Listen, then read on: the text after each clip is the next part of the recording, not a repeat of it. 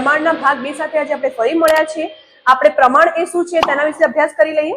પ્રમાણના કેટલાક દાખલા છે તે જોઈ લઈએ। તો આપણને અહીંયા 4 સંખ્યાઓ આપેલી છે, જોઈએ 1 2 3 4। તો એ 4 માંથી આગળની 2 અને પાછળની 2, એટલે આગળની 2 નો ગુણોત્તર એ પાછળની 2 ના ગુણોત્તરને સરખો હોય તો એ બંને સમપ્રમાણમાં છે એમ કહી શકાય। અને જો બંનેનો ગુણોત્તર સરખો ન બનતો હોય તો બંને સમપ્રમાણમાં નથી। તો આપણે અહીંયા જોઈએ કે નીચે આપેલી સંખ્યાઓ પ્રમાણમાં છે કે નહીં તે નક્કી કરવાનું છે। તો આપણે સૌપ્રથમ આ બંનેનું ગુણોત્તર કરીશું અને આ બંનેનું ગુણોત્તર કરીશું, અને બંને ગુણોત્તરો સરખા થશે તો બંને પ્રમાણમાં છે, ગુણોત્તર સરખો નથી તો પ્રમાણમાં નથી। તો આપણે પહેલા બે ની વાત કરીએ તો 15 અને 45। તો આપણને ખબર છે 15 તરી 45 થાય ને 15 એકા 15, 15 એકા 15 ને 15 તરી 45, એટલે 1/3 એટલે કે 1/3। એ જ પ્રમાણે બીજું આપણે જોઈએ કે 40 અને 120 ની વાત કરીએ તો 40/120, શૂન્ય શૂન્ય ઉડી જાય, 4 તરી 12 થાય છે, 4 એકા 4 થાય છે, એટલે 1/3, એટલે આ પણ 1/3। એટલે આપેલી આગળની આ બે સંખ્યાઓ અને આ બે સંખ્યાઓનો ગુણોત્તર આપણે શોધ્યો છે, એમાં આ બંનેનો 1/3 અને આ બંનેનો પણ 1/3 મળે છે। એટલે આપણે લખી શકીએ કે ભાઈ 1/3 બરાબર 1/3 થાય છે। માટે આપેલી સંખ્યાઓ પ્રમાણમાં છે તેમ કહી શકાય। એ જ પ્રમાણે આપણે આગળ જોઈએ કે અહીંયા 4 સંખ્યા આપેલી છે, તો આ બંને અને આ બંનેની જોડ બનાવી દઈએ અને ગુણોત્તર શોધી લઈએ। તો સૌપ્રથમ આપણે 33 અને 121 ની વાત કરીએ તો 33/121। તો વિદ્યાર્થી મિત્રો આપણે જોઈએ તો આ 33 આપણને ખબર છે કે 11 તરી 33 થાય છે, તો 11 તરી 33 અને 121 એ 11 નો વર્ગ છે, માટે 11 ગુણ્યા 11। તો આ 11 ને આપણે દૂર કરીએ તો 3/11 એટલે કે 3/11 મળે। એ જ પ્રમાણે આપણે અહીંયા વાત કરીએ કે 9 અને 96 છે તો શું થાય, તો 9/96।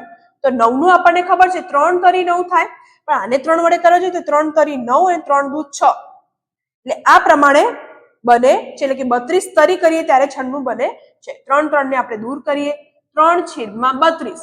હવે આમાં કઈ કોમન નીકળતું નથી, કોઈ કોમન સામાન્ય અવયવ બનતો નથી, તો આપણે લખી દઈએ કે ભાઈ 3/32 એવો ગુણોત્તર મળે છે। તો આપણે જોઈએ કે આનો ગુણોત્તર અને આનો ગુણોત્તર, બંને ગુણોત્તર આપણને અલગ અલગ મળે છે, તો સરખા નથી।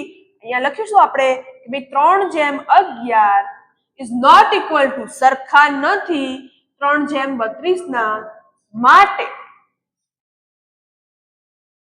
આપેલી સંખ્યાઓ પ્રમાણમાં નથી। આપેલ ગુણોત્તરો પ્રમાણમાં છે કે નહીં તે નક્કી કરો। જો ગુણોત્તર પ્રમાણમાં હોય તો તેના મધ્યમ પદ અને અંતિમ પદ લખો। તો આપણે અહીંયા જોઈએ કે પ્રમાણમાં છે કે નહીં તે નક્કી કરવા માટે આપણને અહીંયા જે 4 સંખ્યાઓ આપેલી છે એમાંથી આગળ 2 ગુણોત્તર આપેલા છે, 4 સંખ્યાઓના 2 ગુણોત્તર આપેલા છે, આ ગુણોત્તર અને આ ગુણોત્તર।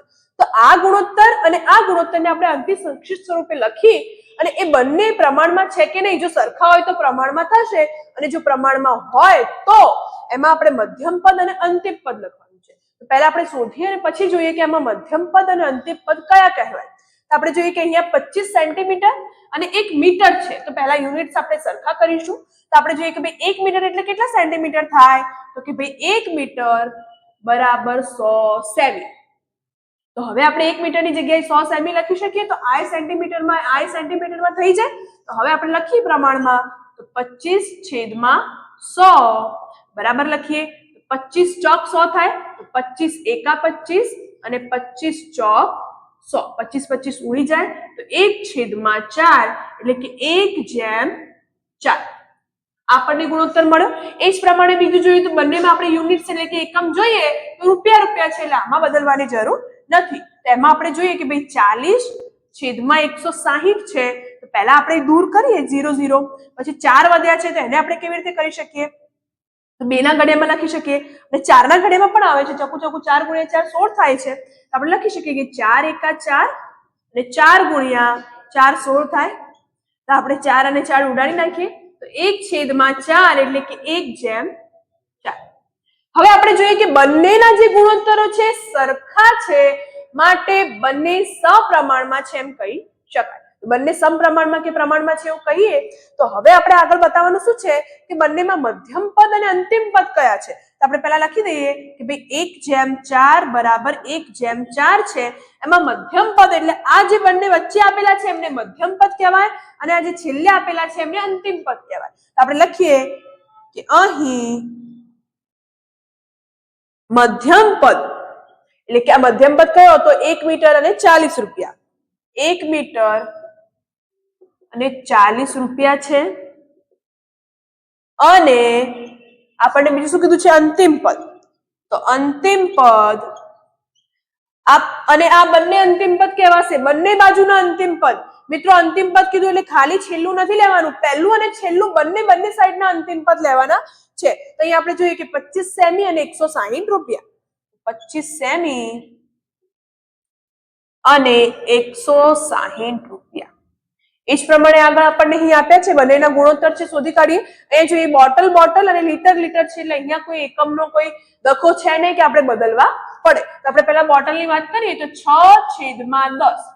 આપણે જોઈએ કે ભાઈ 5 દુ 10 થાય ને 3 દુ 6 થાય, 2 ફરી ઉડી જાય તો 3/5 એટલે કે 3/5 આનો ગુણોત્તર મળે છે. એ જ પ્રમાણે આનો ગુણોત્તર શોધીએ તો જોઈએ આપણે 13×5 = 13 તરી 39. તો 13 ઉડી જાય 3/5 એટલે કે 3/5 ગુણોત્તર મળે છે. આપણે જોઈએ બંને ગુણોત્તર સરખા છે એટલે સમપ્રમાણમાં છે. લખીએ કે આપેલ ગુણોત્તરો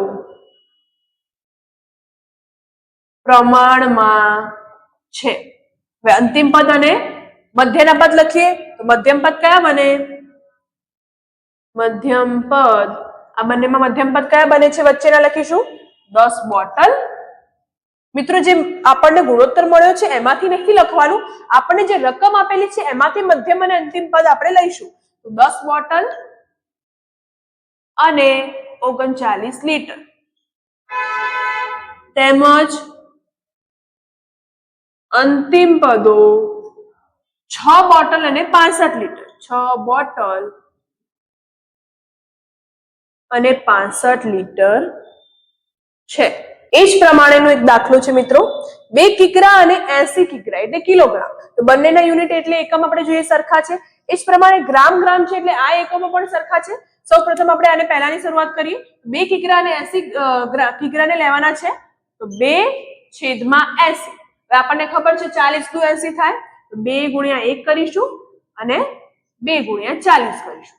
2 આપણે ઉડાડી દઈએ તો 1/40 રહે છે, માટે 1/40. એ જ પ્રમાણે પેલાને આપણે લઈએ તો એમાં 25 ગ્રામ અને 625 ગ્રામ છે તો 25 ઉપર લખીશું. મિત્રો જે પહેલા હોય એ ઉપર લખવાના અંશમાં, જે બીજા હોય નીચે છેદમાં લખવાના. જો તમે ઉપર નીચે લખશો તો પણ ગુણોત્તર આપણને ખોટો મળશે. નીચે આપણે લખીએ 625. હવે આપણને એમ થાય કે આટલી મોટી સંખ્યા આપી છે કેવી રીતે ઉડાડી શકાય? તો આપણે યાદ કરવાનું કે 625 એ 25 નો જ વર્ગ છે, બરાબર? 25 × 25 એ 625 થાય છે, એટલે 25 × 25 અને અહીંયા આપણે 25 × 25 લખીશું. માટે 25 ઉડી જશે. 1/25. હવે બંનેમાં કઈ ઉડવા પાત્ર નથી, માટે એક આપણે જે ઉપરનો અંશ છે પહેલા લખીશું અને છેદ છે પછી લખીશું. એટલે આપણે જોયું કે અહીંયા જે પહેલો ગુણોત્તર હતો એ આપણને 1/40 અને બીજો ગુણોત્તર હતો આપણને 1/25 મળ્યો છે. એટલે બંનેમાં કઈ કોમન નથી, એટલે આપેલ સંખ્યાઓ કે આપેલ જે રકમ છે ગુણોત્તર છે પ્રમાણમાં નથી. તો આપણે પહેલા લખી દઈએ આપેલ ગુણોત્તરો પ્રમાણમાં નથી. તો મિત્રો આપેલી જે ગુણોત્તરો છે પ્રમાણમાં હોય તો જ એમને આપણે મધ્યમ પદ અને અંતિમ પદ લખીશું. જો પ્રમાણમાં નથી તો મધ્યમ પદ અને અંતિમ પદો લખવાના નથી. એમાં પણ ખાસ ધ્યાન રાખવાનું, મધ્યમ પદ એટલે આગળના જે વચ્ચે આપેલા છે એ મધ્યમ પદો બંને, અને અંતિમ પદ એટલે ખાલી અંતિમ નથી લેવાનું, આ પહેલું અને છેલ્લું બંને બાજુના છેડાના અંતિમ પદો લેવાના છે. આ આપણે વિડીયોને અહીંયા જ વિરામ આપીએ છીએ. આગળના વિડીયો સાથે ફરી મળીશું. જય હિન્દ, જય ભારત.